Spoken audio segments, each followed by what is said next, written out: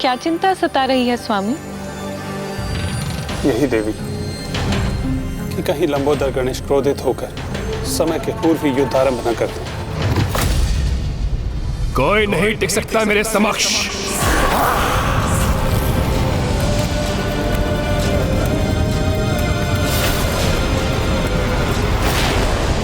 मैं करूंगी नागों की रक्षा। मुझ तक पहुंचने के लिए इसे मेरा सामना करना होगा।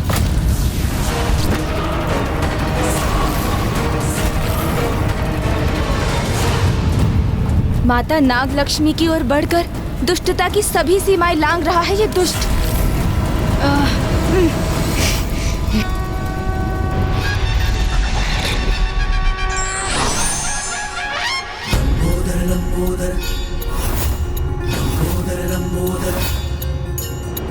किसी भी अवस्था में लंबोदर गणेश को समय से पूर्व युद्ध आरंभ नहीं करना चाहिए।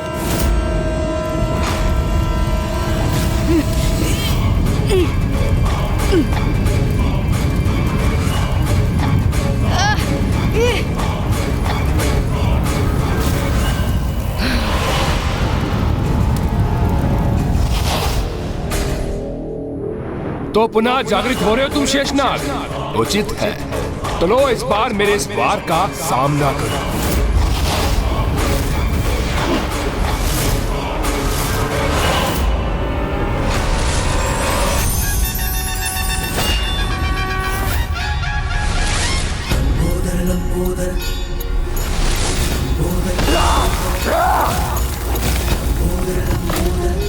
मेरे रहते तुम इन नागों पर और अत्याचार नहीं कर सकते दुष्ट दुर्गमासुर। में समायो मायासुर की माया पल में मिटायो। सृष्टि पे संकट है जब कोई आयो, महिमा से अपनी प्रभु ने बचायो। लंबोदर लंबोदर लंबोदर लंबोदर की विघ्न हरता बुद्धि विधाता, जय जय गजानन लंबोदर लंबोदर लंबोदर लंबोदर। अरे वाह, तो तुम्हारे लंबोदर का ये भी लाभ है। लंबोदर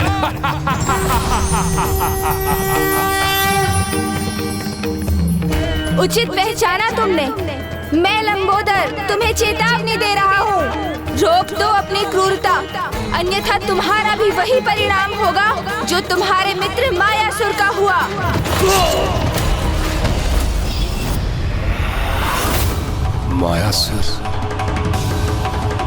मायासुर का वध हो गया। मेरी सहायता करते करते वीर गति को प्राप्त हो गया मेरा मित्र मायासुर। किंतु कोई बात नहीं, उसका बलिदान सफल हुआ। उसकी सहायता से तो मेरा अनुष्ठान पूर्ण हुआ है। किंतु किसने किया उसका वध? यदि मैं किसी प्रकार इस दुष्ट का ध्यान यहाँ से बटाने में सफल हो जाऊं, तो ये नागों को क्षति नहीं पहुँचाएगा। शीघ्र बताओ मुझे किसने किया उसका वध मेरे मित्र मायासुर का? देवी आदि शक्ति के आदेश पर। देवी आदि शक्ति के आदेश पर।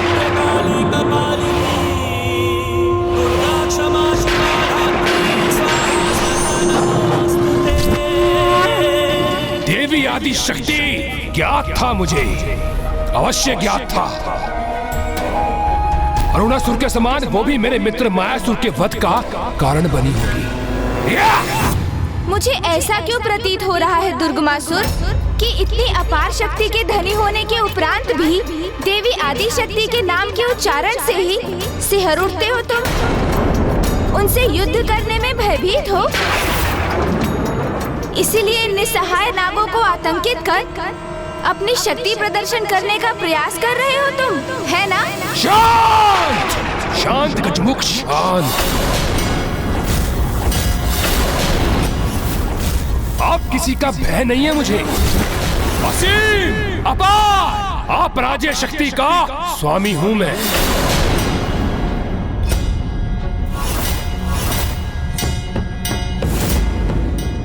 इस गजमुख को पहले भी देखा है मैंने।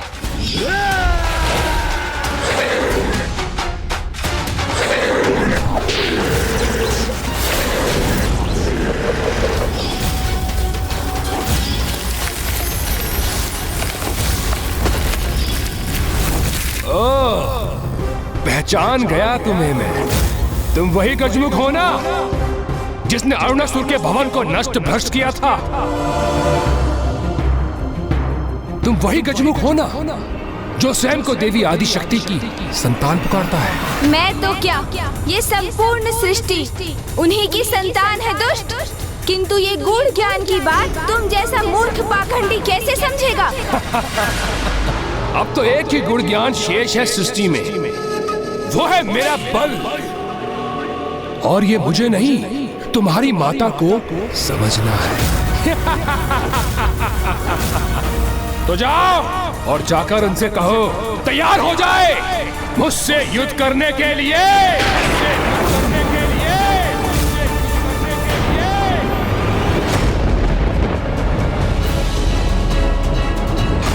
अब दुर्गमासुर युद्ध के लिए तत्पर और अब उसमें तनिक भी विलंब नहीं करेगा वो।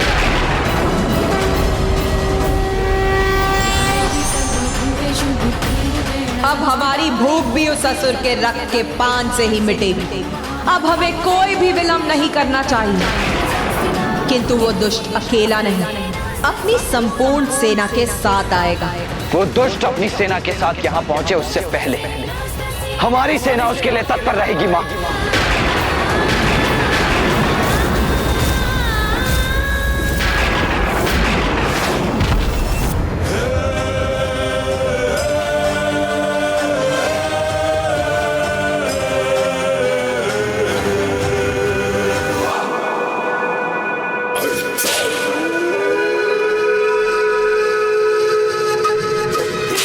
जागो, जागो मेरे असुरों, यथाशीघ्र मेरे समक्ष प्रस्तुत हो।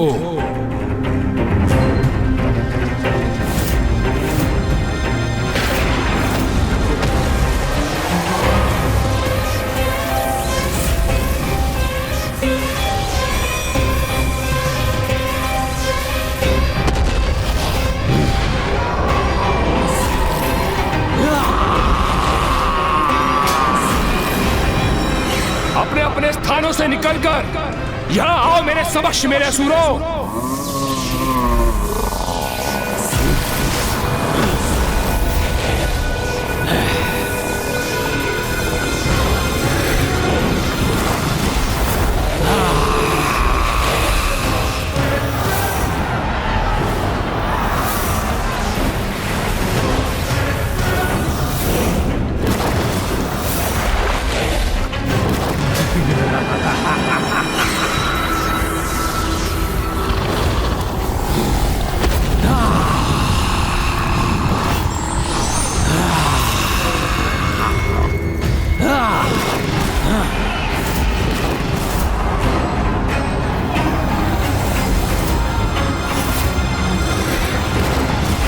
मेरा आदेश सुनो मेरे असुरों, यहाँ आओ और नतमस्तक हो जाओ असुर सम्राट दुर्गमासुर के समक्ष।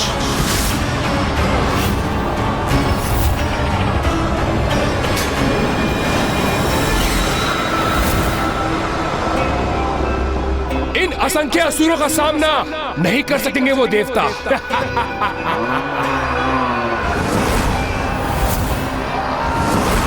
महाराज दुर्गमासुर की जय! महाराज दुर्गमासुर की जय! अब वो देवी आदि शक्ति और उसके देवता मेरे इस असुर सेना के समक्ष आने के विचार से ही आतंकित हो उठेंगे।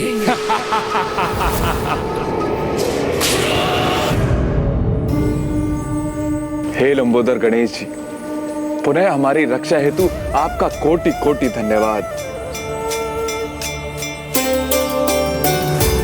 क्षमा याचना भी करता हूं मैं कि समय रहते मैं उस दुष्ट को नहीं रोक सका, और अब वो अपना अनुष्ठान संपन्न कर और इतना शक्तिशाली हो गया है वो कि उसको रोकना असंभव प्रतीत हो रहा है प्रभु।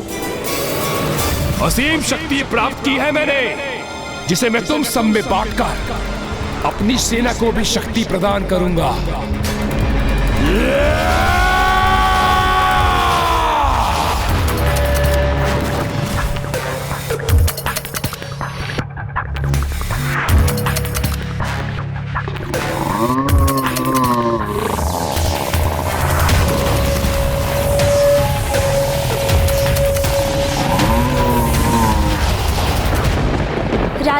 अंधकार कितना भी गहन और स्याह क्यों ना हो जाए, भोर के उजाले की प्रथम किरण से ही मिट जाता है। उसी प्रकार दुष्टता की शक्ति कितनी भी क्यों ना बढ़ जाए, उसे भी धर्म की शक्ति के समक्ष झुकना ही होता है। आप तनिक भी चिंता मत कीजिए शेषनाग जी, देवी नागलक्ष्मी जी। जो हुआ वो तो होना ही था, किंतु अब मुझे माँ के पास जाना होगा, क्योंकि उन्हें उनके पुत्र गणेश की आवश्यकता है। उन्हें इसकी विशाल सेना के प्रति सचेत करना मेरा कर्तव्य है, इसलिए अब मेरा प्रस्थान अनिवार्य है।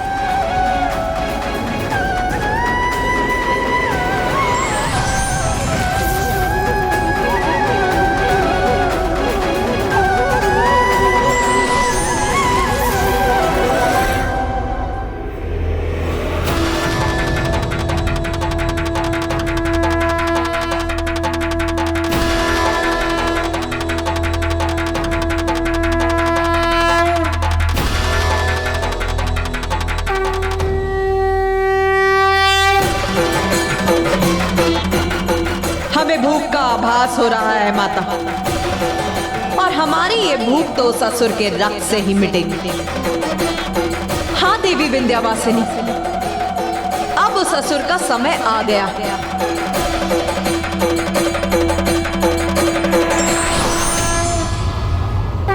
प्रणाम माँ। तुमने बहुत कुशलता से उन नागों की रक्षा की है पुत्र गणेश, किंतु माँ वो दुष्ट दुर्गमासुर, वो दुष्ट अपनी पापियों की सेना लेकर आ रहा है ना, तो आने दो उसे। हम भी अपनी सेना के साथ उसकी सेना का पूर्ण रूप से सामना करने के लिए तैयार हैं। पुत्र कार्तिकेय, देश सेनापति होने के नाते हमारी ओर से इस युद्ध में हमारी सेना का संचालन तुम करोगे। तो असुरों, बताओ मुझे, तुम में से कौन इतना शक्तिशाली है जो इस महायुद्ध में मेरा सेनापति बनने के योग्य है? मैं बनूंगा, मैं बनूंगा, मैं बनूंगा, मैं बनूंगा, मैं बनूंगा, मैं बनूंगा, मैं बनूंगा, मैं बनूंगा, मैं बनूंगा, मैं बनूंगा, मैं बनूंगा, मैं बनूंगा, मैं बनूंगा, मैं बनूंगा, मैं बनूंगा, मैं बनूंगा। बस बंद करो अपनी मैं की पुकार। जिसमें साहस है, जो मेरा सेनापति बनने योग्य है, वो मेरे समक्ष आए।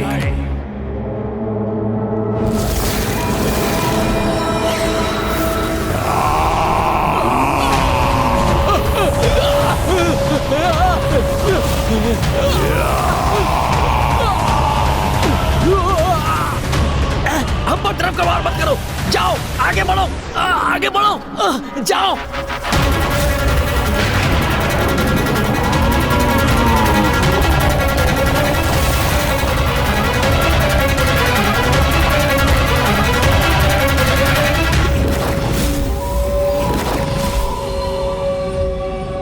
दुमुखासुर हूं मैं, दुमुखासुर। सब कुछ राख में परिवर्तित कर सकता हूं, राख तक क्या, उसका भी अस्तित्व मिटा सकता हूं। इसीलिए मुझे अपने सेनापति पद के लिए नियुक्त कीजिए, असुर सम्राट दुर्गामासुर जी। इतनी विशाल सेना से सेनापति पद का एक ही प्रत्याशी उभरा है।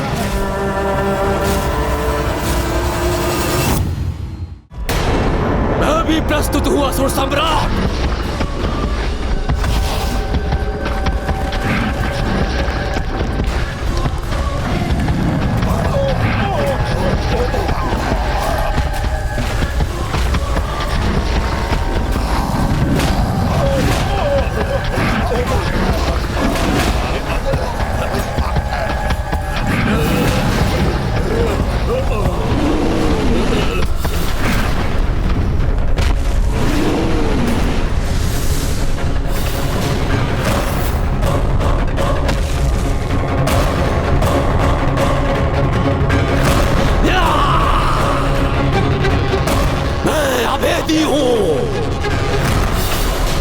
चाहे कैसा भी अस्त्र शस्त्र हो, मुझे भेद नहीं सकता।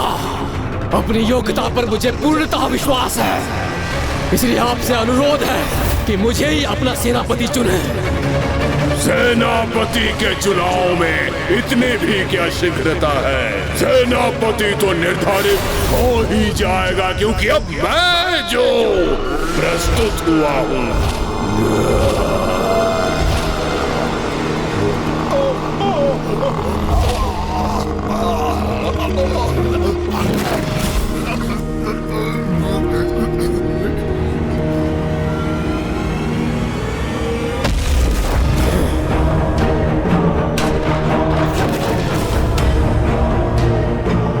प्रणाम असुरराज, महाविश्चल बुद्धि हूँ, असुर सम्राट आपका सेनापति। मेरे छल से कोई निकल नहीं पाता और मेरे विष से कोई बच नहीं पाता। छलिया भी हो और विषैले भी, भाई तुम्हारी काट तो किसी सेना के पास नहीं होगी। हमें अति शीघ्र उस असुर पर आक्रमण कर उसकी कथा समाप्त करनी चाहिए माता। नहीं, अभी हमारा आक्रमण उचित नहीं होगा। किंतु क्यों माता? हम तो युद्ध के लिए पूर्णतः तैयार हैं।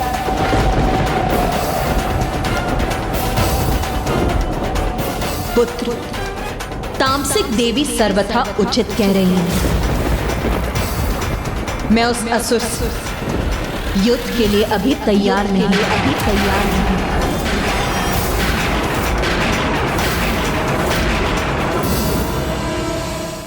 काट तो मेरी भी नहीं है किसी के पास।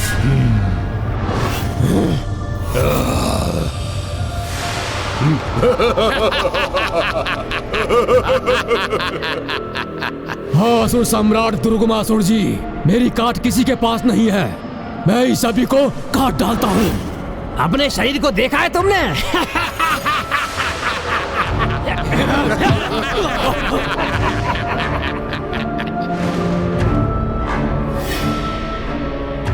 आज तक एक फल भी काटा है तुमने कि शत्रु देवताओं के सर ही काटोगे?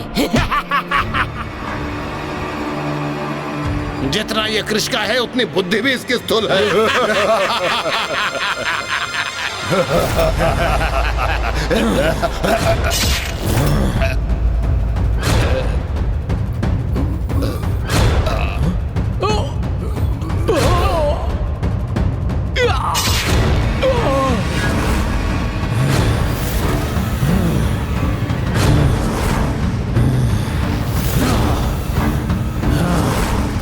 प्रणाम असुर सम्राट, किसी को भी विभक्त कर सकता हूँ, इस अभेदी को भी।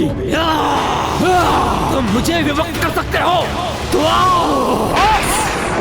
हमें परस्पर युद्ध नहीं, अपितु उन दुष्ट देवताओं से युद्ध करना है। इसलिए अपनी समस्त शक्तियों का प्रदर्शन वहां दिखाना।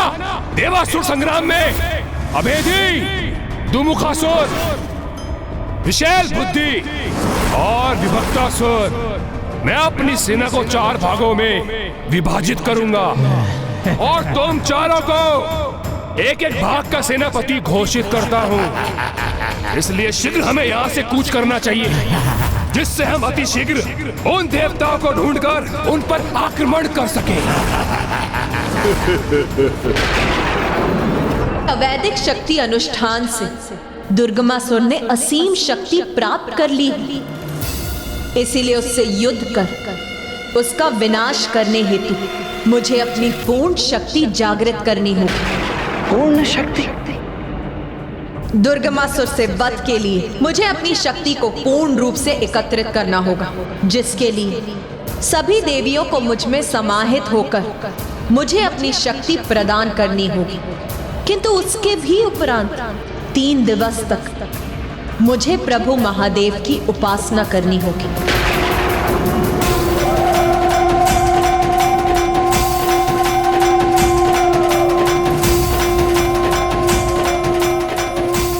मैं शक्ति हूं और शिव मेरे पुरुष पक्ष।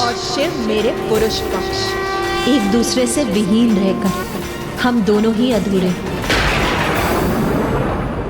अवैदिक अनुष्ठान से प्राप्त शक्ति को साथ लेकर आने वाले असुर से निपटने के लिए मुझे वैदिक अनुष्ठान करना होगा जिससे शिव की पूर्ण शक्ति शिवा को प्राप्त हो और वो पूर्णता प्राप्त करे। और मेरा वैदिक अनुष्ठान पूर्ण होने तक मेरा अस्त्र शस्त्र धारण करना वर्जित। मैं विश्वास दिलाता हूं माता कि इन 3 दिनों में आपको अस्त्र शस्त्र धारण करने की कोई आवश्यकता नहीं होगी।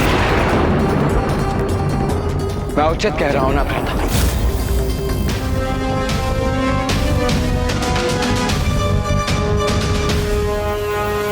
हाँ भैया, हाँ, माँ अवश्य उन असुरों को नष्ट करेंगी, किंतु उसके पूर्व हमें युद्ध नहीं करना चाहिए उनसे। मुझे चिंता है कि वो दुष्ट अभी बहुत निकट पहुंच चुके हैं और अग्रज कुमार कार्तिकेय युद्ध के लिए तत्पर हो रहे हैं।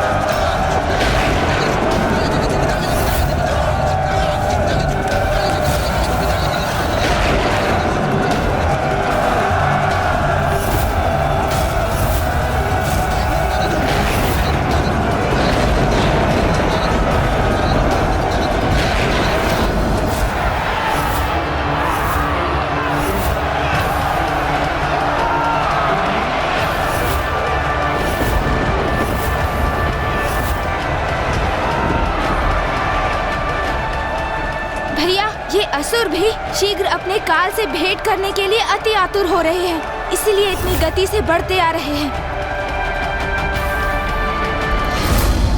यदि मैंने अभी युद्ध आरंभ किया तो युद्ध अनंत काल तक चलता रहेगा।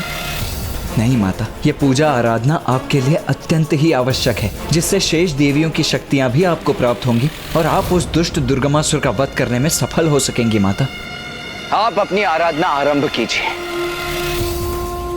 इन आगामी 3 दिवसों में मैं इस असुर का सामना करूंगा।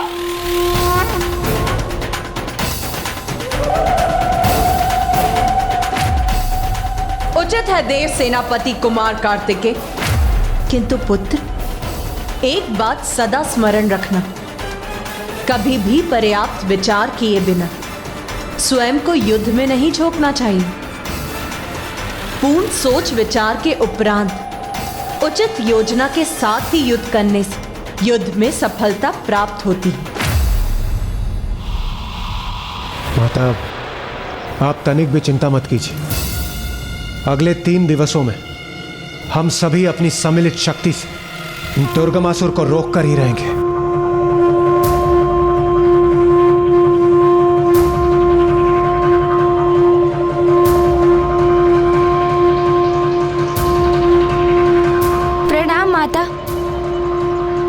विजयी भव, विजयी भव, विजयी भव।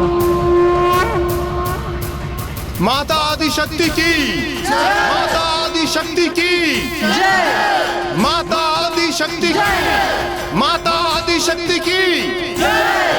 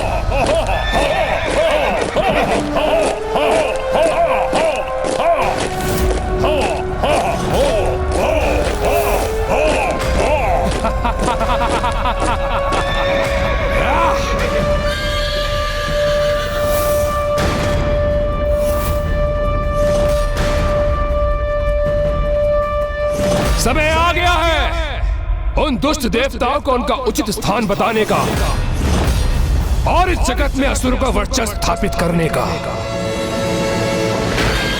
प्रतिशोध महिषासुर के वध का, प्रतिशोध शुंभ निशुंभ के निर्मम वध का,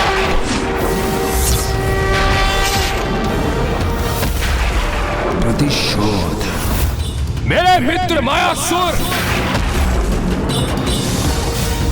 महाबली अरुणासुर, करल तरल और तापिक जैसे महान असुरों की मृत्यु का। प्रतिशोध प्रतिशोध प्रतिशोध प्रतिशोध प्रतिशोध प्रतिशोध प्रतिशोध प्रतिशोध प्रतिशोध। किंतु उनसे भी अधिक मेरे पिता महान योद्धा असुर रुरु के वध का। प्रतिशोध लेने का समय आ गया है। प्रतिशोध प्रतिशोध प्रतिशोध प्रतिशोध प्रतिशोध। इसे देखकर ही विचार जागृत हो रहा है मेरे मन में कि अभी इसी क्षण नष्ट कर दूं इस संपूर्ण सेना को। भैया आवेशित होकर कहीं ऐसा युद्ध न आरंभ कर दें जिससे हमारी सेना को अधिक क्षति पहुंचे। जो भी हमें करना है वो पर्याप्त सोच विचार के उपरांत ही करना है। अब किसी सोच विचार की आवश्यकता नहीं है। झोंक दो स्वयं को युद्ध में। यदि कोई हमारे मार्ग में आए तो बंदी बना लो उन देवताओं को और फिर देवी आदिशक्ति का वध करने के उपरांत हमारा प्रतिशोध पूर्ण होगा और इस जगत में हम असुरों के निर्बाध शासन का स्वप्न भी वास्तविकता में परिवर्तित होगा। यह अनुचित प्रकार से शक्ति प्राप्त करके आया है ना, तो हम भी इसे उचित और अनुचित के मध्य का पाठ सिखा ही देंगे कि धर्म की शक्ति ही सर्वोपरि है और कोई भी असुर चाहे कितना ही शक्तिशाली क्यों ना हो जाए, किंतु धर्म युद्ध में हमसे उसकी पराजय होना ही उसकी नियति है। हर हर महादेव, महादेव, हर हर महादेव, हर हर महादेव।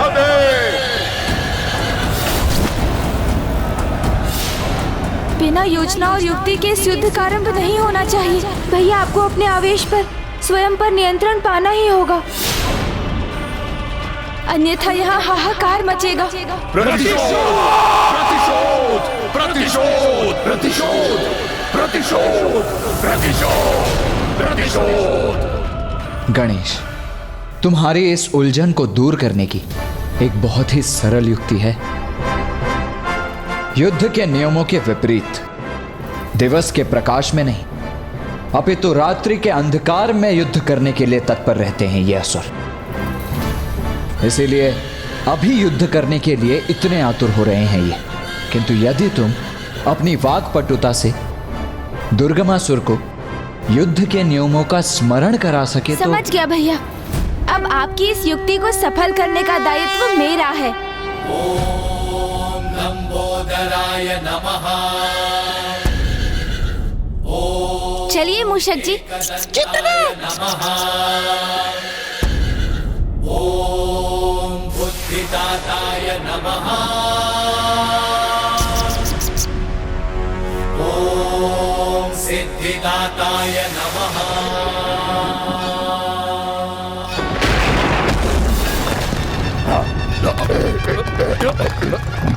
सृष्टि में संकट है जब कोई आयो, महिमा से अपनी प्रभु ने बचायो। लंबोदर लंबोदर लंबोदर लंबोदर। तो तुम पुनः प्रकट हो गए दुष्ट गजमुख, किंतु इस बार मुझसे बचकर भाग नहीं सकोगे तुम।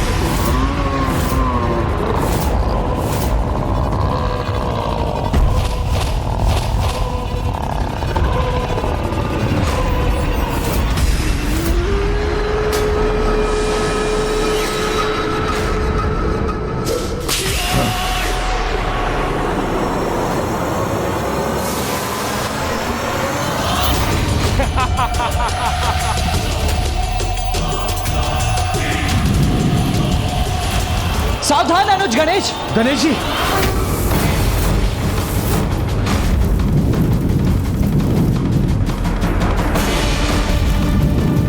इन दुष्ट असुरों का तनिक पे विश्वास नहीं किया जा सकता।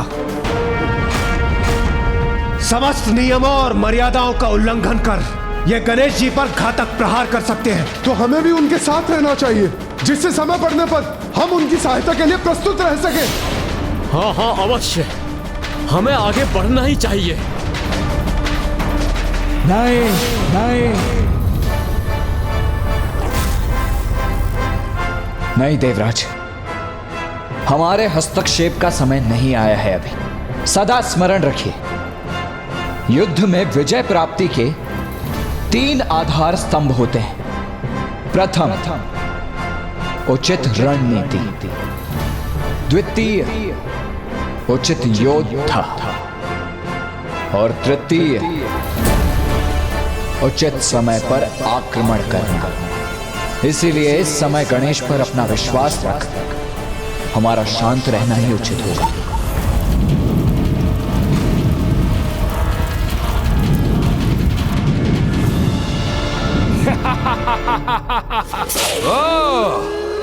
बड़ी ही निडरता से टिकी हो गजमुख बालक, किंतु स्मरण रहे, जो योद्धा भ्रामक निडरता से अपने सहयोगी योद्धाओं को युद्ध में पीछे छोड़कर निकल आते हैं, वही युद्ध में सर्वप्रथम मृत्यु को प्राप्त होते हैं।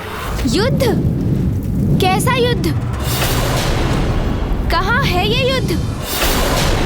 क्या अर्थ है तुम्हारा? ये युद्ध नहीं तो क्या है? अरे असुर जी, इतना भी नहीं ज्ञात आपको? अचानक इस प्रकार युद्ध कहाँ आरंभ होता है? सर्वप्रथम दोनों पक्षों में युद्ध के नियम निर्धारित किए जाते हैं, फिर युद्ध की तुरही ध्वनित होती है, तब आरंभ होता है 2 महाशक्तियों के मध्य युद्ध। नियम विहीन युद्ध तो पशु करते हैं, महायोद्धा नहीं। ये इस दुष्ट से गणेश जी क्या वार्तालाप कर रहे हैं? करना क्या चाह रहे हैं? देवराज, रात्रि के अंधकार में अधिक सशक्त होने वाली अपनी आसुरी शक्तियों से बिना नियम निर्धारित किए युद्ध करने के अभ्यस्त होते हैं ये असुर। किंतु गणेश इसे उत्तेजित कर इसे हमारा नियम स्वीकार करवाने का प्रयास कर रहा है।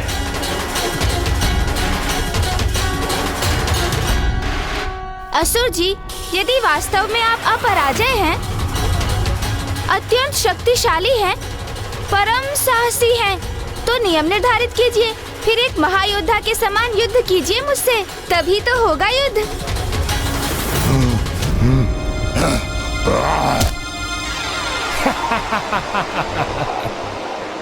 नियम तो बालकों की क्रीड़ा के लिए उपयुक्त होते हैं गजमुख।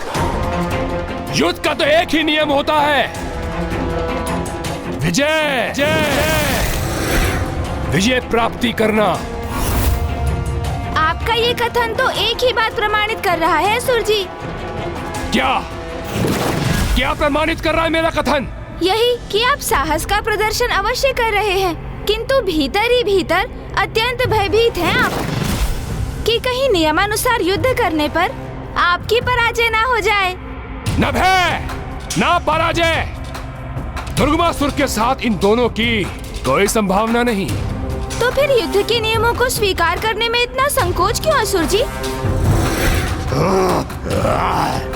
नहीं नहीं, भयभीत तो आप अवश्य हैं, है ना? सर्वशक्तिशाली हूँ मैं, अजय हूँ मैं, ना पराजय का डर, ना किसी नियम का। तो कहो, युद्ध के क्या नियम हैं तुम्हारे? तुम्हारे नियमों के अनुसार तुम्हें धूल धूसरित करेगा ये अजय दुर्गमासुर। कहो, शीघ्र कहो, क्या नियम है तुम्हारे? इस युद्ध के लिए तो एक ही नियम पर्याप्त है। हमारा युद्ध सूर्योदय से सूर्यास्त तक ही होगा, जिसके उपरांत दोनों सेनाएं अपने अपने शिविर में लौटकर विश्राम करेंगी, ताकि आगामी दिवस के युद्ध के लिए तत्पर हो सकें। स्वीकार है मुझे।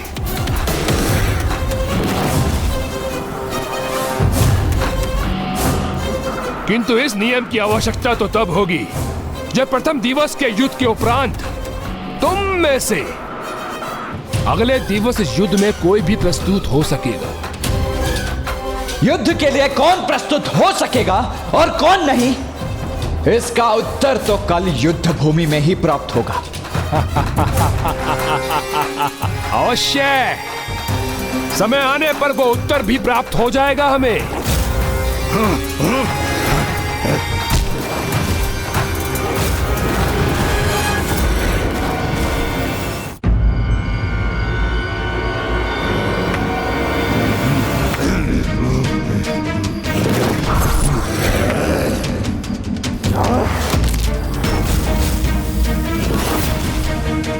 असुर सम्राट, उसके वाक्य चातुरी में उलझकर शत्रु का नियम स्वीकार कर लिया आपने।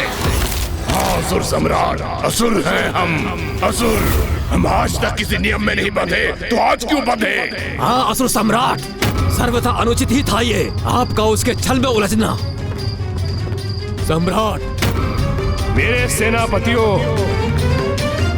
जब तुम्हें पूर्ण रूप से विश्वास हो गया है तो उन्हें भी ऐसा ही प्रतीत हो रहा होगा कि मैं उस गजमुख के वचनों से प्रभावित हो गया।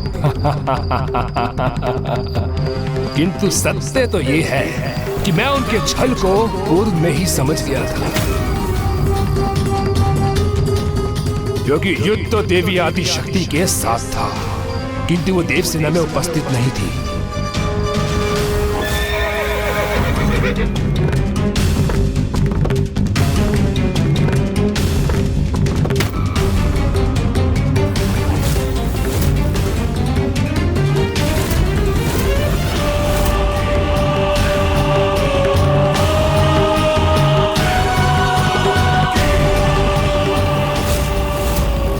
वो यहाँ नहीं है तो फिर कहाँ है वो?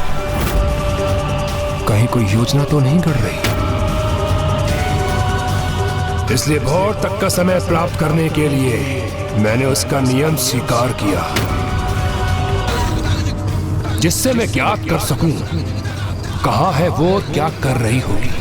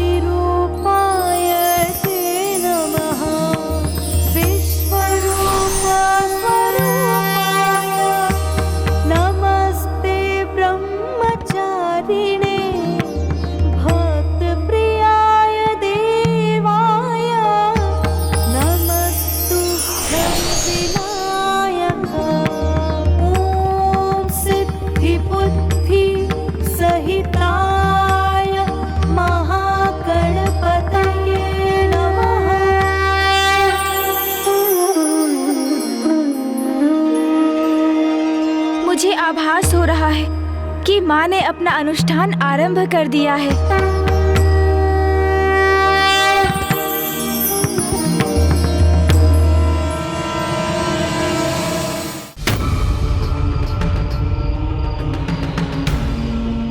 प्रथम पूज्य गणेश जी, देव सेनापति कुमार कार्तिकेय, अब हमें भी अपनी रणनीति निर्धारित कर लेनी चाहिए। यह तो बहुत अच्छा हुआ कि दुर्गमासुर आपके वचनों में उलझ गया और उसने हमारी दिन में युद्ध करने की अवस्था को स्वीकार कर लिया, जिससे हमें अपनी रणनीति स्थिर करने का समय भी प्राप्त हो गया। दुर्गमासुर मेरे वचनों में नहीं उलझा देवराजेंद्र, क्योंकि अपने शत्रु का प्रस्ताव स्वीकार करने वालों में से नहीं है वो दुष्ट। अवश्य इसके पीछे उसकी कोई कपट योजना है। तो कहीं उसे माता के अनुष्ठान की सूचना तो प्राप्त नहीं हो गई?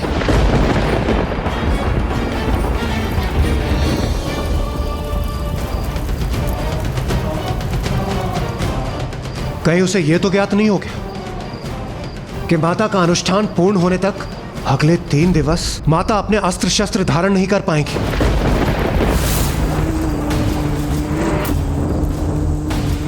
शांत देव राजेंद्र, ये युद्ध भूमि है और हमारे गुप्त संवाद अपने मन में ही रहे तो उत्तम है, क्योंकि ज्ञात नहीं किस प्रकार ये गुप्त संवाद शत्रु शिविर तक पहुंच जाए।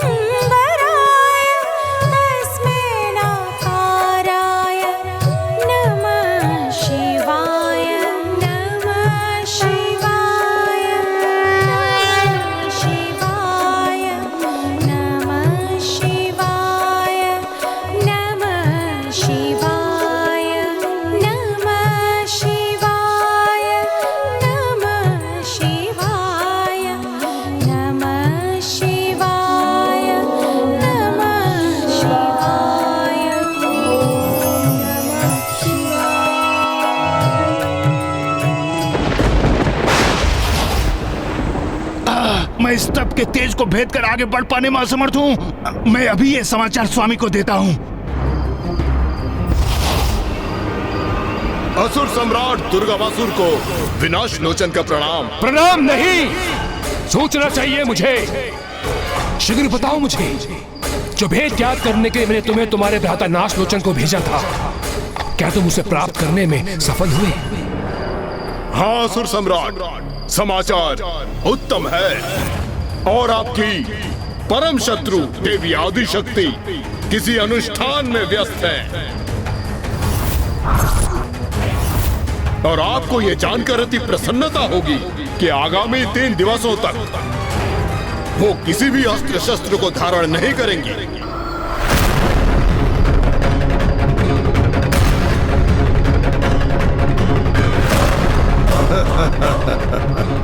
और 3 दिवस पूर्ण हो जाने के पश्चात मैं उससे अस्त्र उठाने का अवसर ही नहीं दूंगा और उससे पूर्व ही वध कर दूंगा उस निहत्ती देवी का।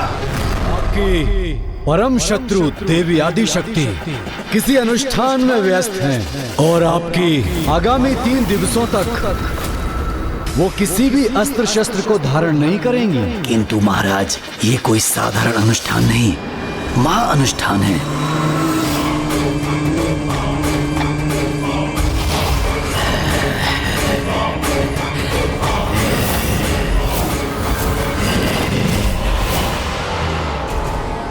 असुर सम्राट, विंध्याचल पर्वत पर स्थित होकर वो कोई बहुत बड़ा असाधारण अनुष्ठान कर रही हैं, जिसके मंत्र जाप की शक्ति से मेरे पंख भस्म होने लगे।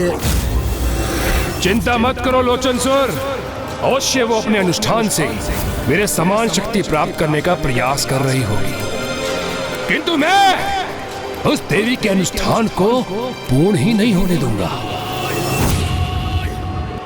गणासुर!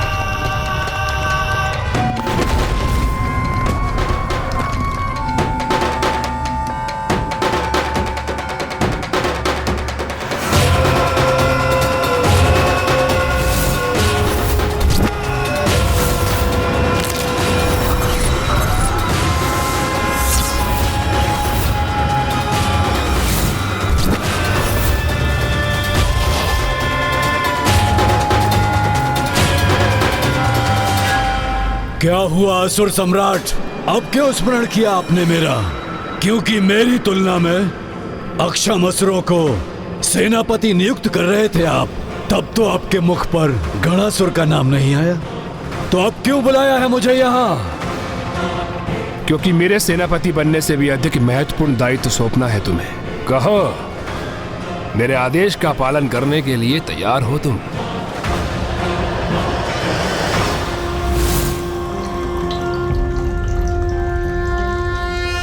ओम नमस्ते देवेशाय सुरासुर नमस्कृताय भूत भव्य महादेवाय हरित पिंगल लोचनाय बलाय बुद्धिरूपिणे वैयाघ्रव संचदाय रणयाय ओम नमो नमः।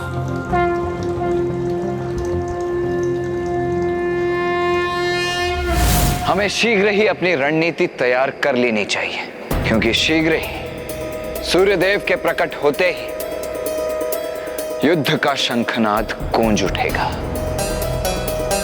युद्ध के प्रथम दिवस आक्रामक नहीं, रक्षात्मक युद्ध ही करना चाहिए। यही सर्वथा उचित है कुमार कार्तिकेय। इससे हम शत्रु की वास्तविक शक्ति का अनुमान भी लगा सकेंगे। शक्ति का अनुमान लगाने के साथ विरोधी पक्ष की दुर्बलता का ज्ञान भी होना चाहिए हमें, तभी हमें युद्ध में सफलता प्राप्त होगी। शत्रु की दुर्बलता का भान तो हो गया है हमें, और ऐसी दुर्बलता का लाभ उठाने के लिए हम असुर तो पूर्ण रूप से निपुण हैं। वहां वो मूर्ख देवता अपनी रणनीति रच रहे होंगे, और मैं यहाँ तुम्हें अपनी छल नीति से परिचित कराऊंगा। उनकी छल नीति ही दुष्ट असुरों का सर्वाधिक महत्वपूर्ण अस्त्र है। इसीलिए हमें प्रत्येक क्षण सतर्क रहना होगा, क्योंकि दुर्गमासुर की कपट बुद्धि अवश्य ही किसी बड़े छल को जन्म देगी। एक कपट योजना करनी है हमें, जिससे वो देवता मूर्ख बन जाए। नाश लोचन, विनाश लोचन, सूर्योदय होते ही युद्ध के शंखनाद सुनकर तुम एक सेना की बड़ी टुकड़ी ले जाकर उन देवताओं पर आक्रमण कर देना। किंतु जब वो तुम्हारे आक्रमण का उत्तर दे, तब तुम उनके अस्त्र शस्त्र से आहत हुए बिना अपनी सुरक्षा सुनिश्चित कर पीछे हटते जाते। और इसके लिए मैं तुम्हें मायावी अस्त्र प्रदान करूंगा। परंतु असुर सम्राट, यदि सेना टुकड़ी के साथ ये जाएंगे तो हम आक्रमण कब करेंगे? तब जब देवता इनकी सेना का पीछा करते करते विंध्याचल पर्वत से बहुत दूर चले जाएंगे, तब नाश लोचन, विनाश लोचन, तुम अपनी विनाशकारी ऊर्जा को आकाश में प्रभावित कर संकेत देना। और संकेत प्राप्त करते ही तुम चारों विभक्त असुर, विच्छल बुद्धि, दुमुखासुर और अभेदी उन देवताओं को चारों ओर से घेर लेना। और मैं असुर सम्राट, मुझे क्या इन सब का मुक्त रखने के लिए आपने बुलाया है यहाँ? असुर होना तो धीरज कैसे धारण करोगे, किंतु स्मरण रखो, जो तुम्हें कार्य करना है उसका मार्ग ये चारों तैयार करेंगे। तो सुनो, जब नाश लोचन, विनाश लोचन देवताओं को दूर ले जाने में सफल होंगे और ये चारों अपनी सेना के साथ उन्हें घेर कर एक स्थान पर बांध देंगे, तब तुम गुप्त रूप से अकेली पड़ी उस देवी के स्थान पर पहुंचकर उसका अनुष्ठान रोककर बलपूर्वक खींच के लाना मेरे समक्ष, जिससे स्वयं मैं अपने हाथों से उस देवी का वध कर सकूं। अवश्य असुर सम्राट, मैं समझ गया। मैं गणासुर अवश्य बंदी बनाऊंगा उस देवी आदिशक्ति को और प्रस्तुत करूंगा आपके समक्ष।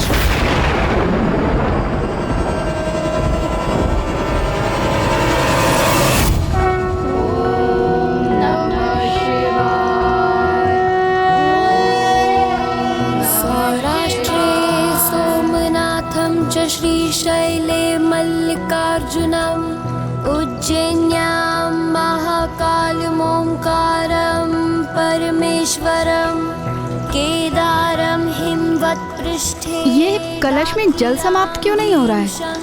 ये कैसे संभव है? भक्ति की शक्ति असंभव को भी संभव कर देती। जिनकी जटाओं में स्वयं देवी गंगा विराजती हैं,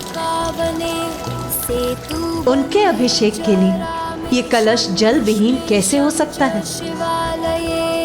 ओम नमः शिवाय। सौराष्ट्रे सोमनाथं च श्रीशैले मल्लिकार्जुनम् उज्जैन्यां महाकालं परमेश्वरं केदारं हिमवत्पृष्ठे डाकियां भीमशंकरम्। गणासुर, उचित समय देखकर उस देवी का अनुष्ठान बाधित करना, तब वहां निशस्त्र होगी और उसके सहयोगी देवता उससे बहुत दूर होंगे। फिर तुम्हें वहां कोई नहीं रोकने वाला होगा। अगले 3 दिवसों के युद्ध में हमारा एकमात्र ध्येय होना चाहिए उन असुरों को मां से दूर रखना। समझ गए ना आप सभी?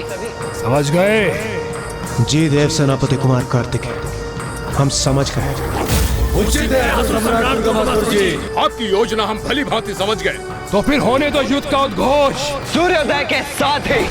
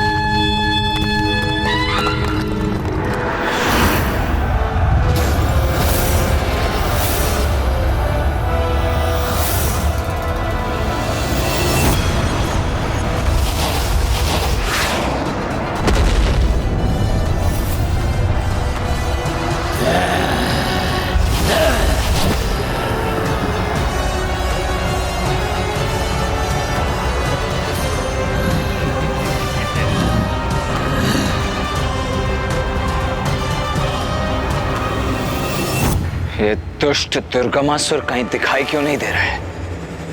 कहाँ है वो?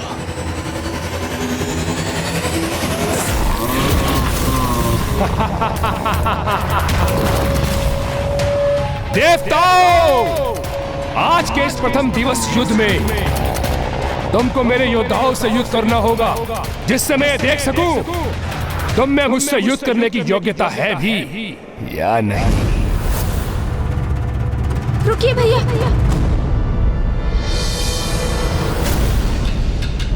भैया हमें रक्षात्मक युद्ध करने की अपनी योजना पर ही स्थित रहना होगा, जिससे हम इसकी कपट योजना याद कर सकें।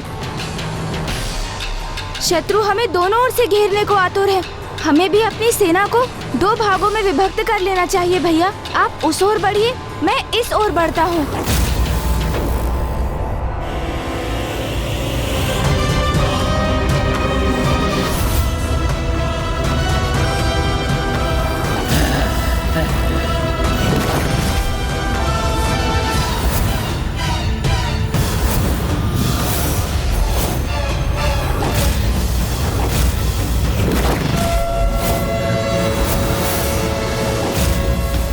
आक्रमण!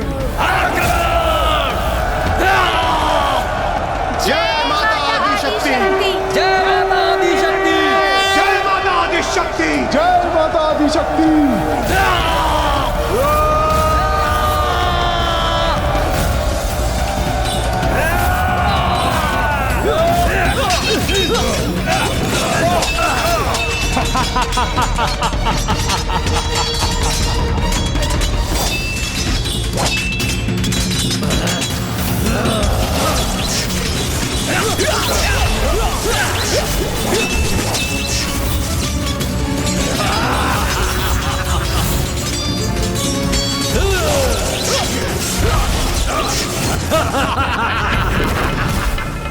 इंद्रदेव, आप अन्य देवताओं के साथ मिलकर इन असुरों को पीछे जाने पर बाध्य कीजिए।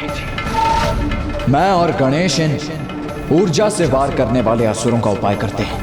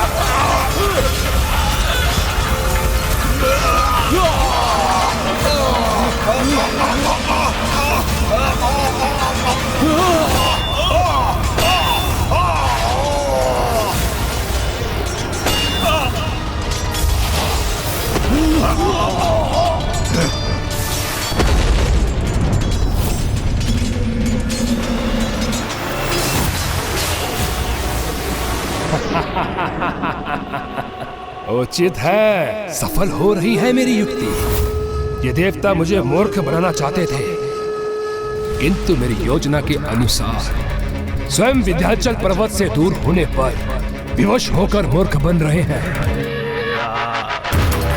गणासुर,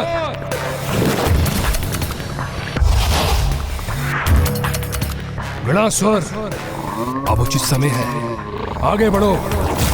उस देवी आदि शक्ति के पूजा स्थल पर पहुंचकर उसके अनुष्ठान को बाधित कर मेरे समक्ष प्रस्तुत करो। अंततः गणासुर भी कुछ ऐसा करेगा जिसमें उसे अत्यंत आनंद आएगा। देवी आदि शक्ति, तैयार हो जाओ गणासुर के आगमन के लिए।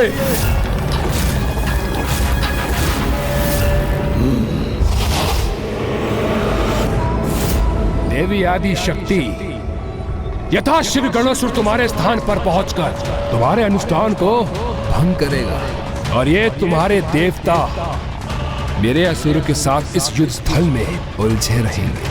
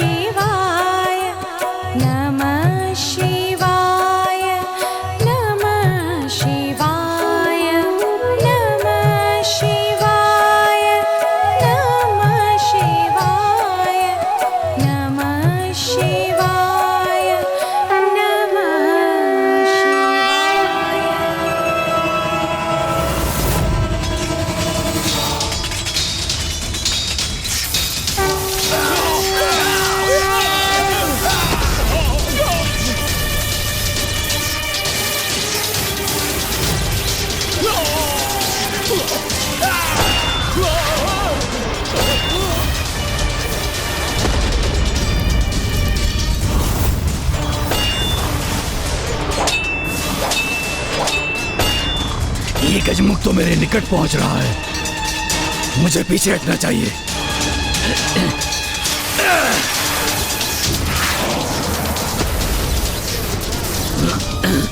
दुष्ट असुर, अब मैं तुम्हारी इस ऊर्जा से और विनाश नहीं करने दूंगा।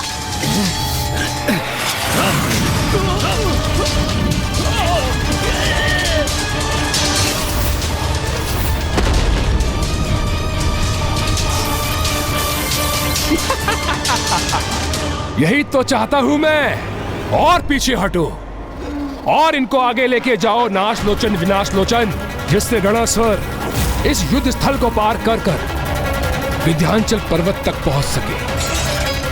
अब यही उचित समय है, मुझे यहाँ से निकल जाना चाहिए।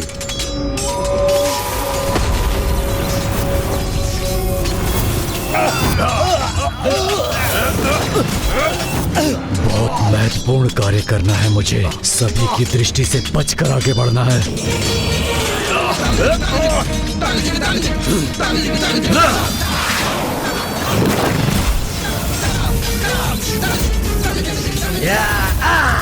इस दुष्ट ने तो और प्रबल ऊर्जा का संचार कर दिया, किंतु उसे भी थाम दूंगा मैं।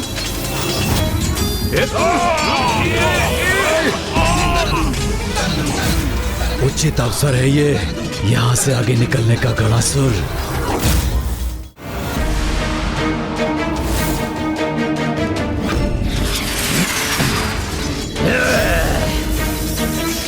सभी देवताओं को छकाकर मैं उनकी दृष्टि से दूर यहाँ तक तो पहुँच गया। अब किसी प्रकार इस गजमुख बालक को भी छकाकर निकल जाऊं तो फिर कोई नहीं रोक पाएगा मुझे।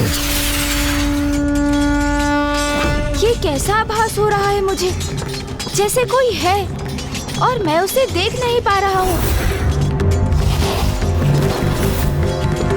ये भ्रम था मेरा, अन्यथा जैसे किसी आसुरी शक्ति की उपस्थिति का आभास हुआ मुझे इन्हें भ्रमित करना ही होगा ताकि ये गणासुर को देख न सके, अन्यथा वो अपनी योजना में असफल हो जाएगा।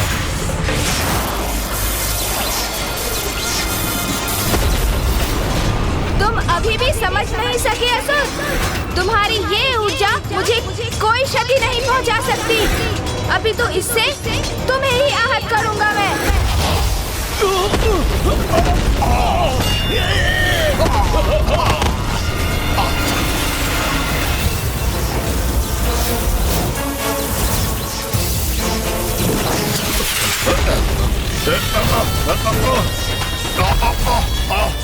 ये कैसा युद्ध कर रहे हैं ये असुर?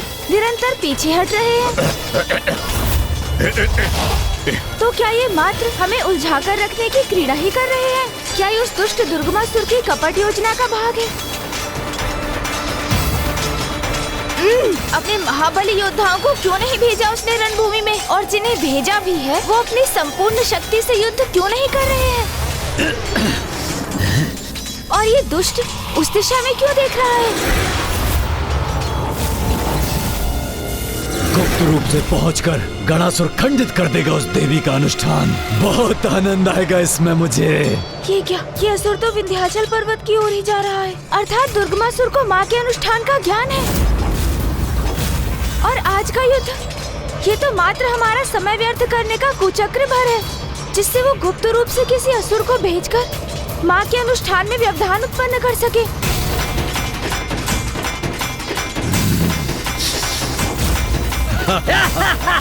मात्र 2 महाबली असुर क्यों हैं यहाँ? अन्य सभी कहाँ हैं? और दुर्गमासुर स्वयं युद्ध क्यों नहीं कर रहा है? क्या छल है इसके पीछे? भैया, ये दुर्गमासुर का एक जाल है, जिसमें हमें उलझाकर दुर्गमासुर ने किसी असुर को माँ के अनुष्ठान में बाधा डालने के लिए भेजा है। और माँ ने तो प्रण लिया है कि इन दिवसों में वो अस्त्र शस्त्र कदापि धारण नहीं करेंगी। अर्थात वहाँ किसी असुर की उपस्थिति एक बहुत बड़े संकट का संकेत है भैया। उचित कह रहा है गणेश। माँ अस्त्र धारण नहीं करेंगी तो नव दुर्गा माता भी स्वयं माँ की ही अंश होने और पूजा में उनकी सहायक रहने के कारण माँ के समान ही अस्त्र शस्त्रों से दूर रहेंगी। ये कपट है इन दुष्ट असुरों का। इन दुष्टों से और अपेक्षा भी क्या की जा सकती थी? बहुत हुआ रक्षात्मक युद्ध, अब आक्रामक युद्ध करेंगे हम।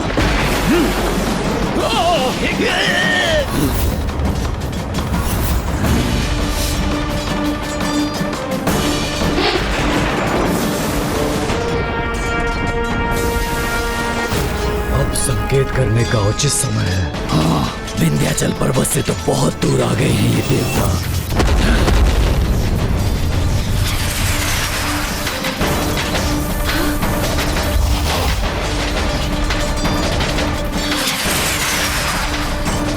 छल, बहुत बड़ा छल।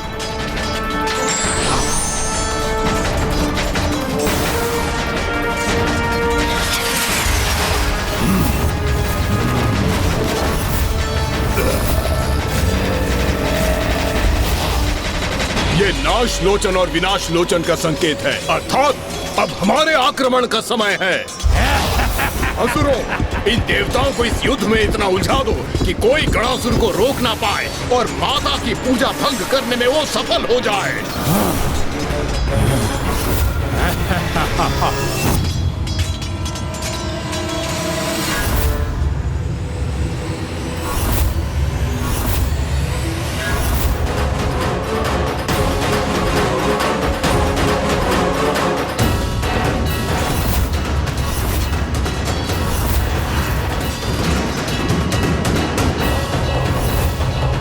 असुर अपनी योजना में सफल ना हो जाए, क्योंकि उनकी योजना ही माँ की पूजा भंग करने की है। और यदि ऐसा हुआ तो दुर्गमासुर का वध असंभव हो जाएगा।